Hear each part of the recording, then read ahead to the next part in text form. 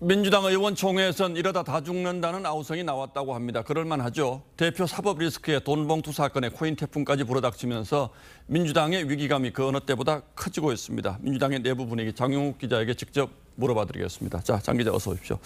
자, 민주당이 상당히 혼란스러울 거라는 건 짐작이 가는데 어느 정도일까요? 네, 지금의 민주당 상황을 보여주는 상황이 오늘 아침 민주당 최고위 회의에서 나왔습니다. 예. 일단 한번 장면을 보시겠습니다. 당 구성원들의 의지를 존중해서 향후 강력한 혁신 정책을 돈봉투 의혹, 코인 논란 등의 문제를 대하는 우리의 태도와 자세가 내로남불과 다르지 않았음을 인정하고 네, 보신 것처럼 이재명 대표가 이번 사태를 수습하는 차원에서 이 쇄신을 언급하자 같은 지도부인 송갑석 최고위원이 이 반성부터 필요하다고 공개적으로 쏘아붙인 겁니다. 예. 이렇게 민주당 내부는 이 대표와 당 지도부의 이 안이한 대처에 대한 성토의 목소리가 여기저기서 쏟아지고 있습니다. 그런데 탈당한 김남국 의원 조사는 한다 안 한다, 할 수 있다, 또 못한다 말들이 많더군요. 네, 그렇습니다. 어제 이 논란 끝에 의원총회에서 당 지도부는 탈당 후에도 일단 김 의원을 조사를 하고 그 결과에 따라서 지금 탈당 후라 할지라도 징계 여부를 검토하겠다고는 말을 했습니다. 예. 이렇게 말하는 근거는 이 민주당 당규에 있는 이 윤리심판원은 탈당한 자에 대해서도 징계 사유 해당 여부를 조사할 수 있다는 이 규정입니다.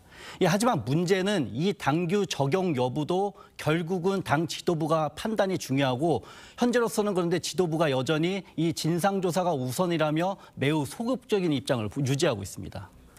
게다가 당 진상조사단 조사 도중에 이 기습탈당한 김 의원이 이 탈당을 하고 나서 조사에 협조한다는 보장도 없는 상황입니다.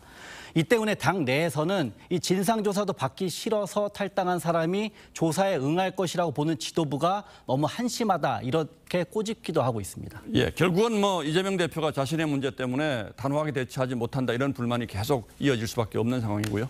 네, 맞습니다. 특히나 지금 총선을 1년도 남기지 않은 만큼 이 비명계는 물론이고 친명계에서도 한마디로 이대로는 총선에서 다 죽는다 이런 위기의식이 팽배한 상황입니다. 예.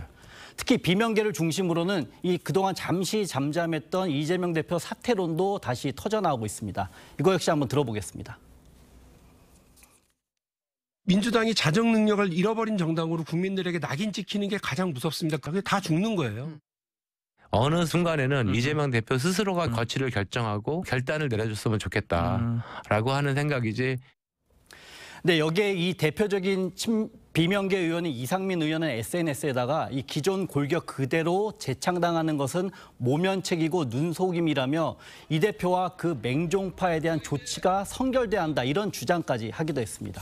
예, 총선 앞두고 20, 30대 특히 수도권 중도층 민심에는 영향을 많이 미칠 수밖에 없잖아요. 그래서 그런 거죠? 네, 맞습니다. 그 점을 가장 걱정하고 있는데요. 실제로 그래서 당 지도부의 한 의원은 이 김 의원 탈당으로 당에 대한 비판이 더 심해지고 있다면서 지금 수도권 의원들은 우리 다 실업자 되는 거 아니냐 이렇게 난리가 난 상황이라고 전했고 또 다른 친명계 재선 의원도 이런 문제가 생길 때마다 매번 탈당을 시킬 수도 없는 거 아니냐며 이 당의 대응에 불만을 드러냈습니다.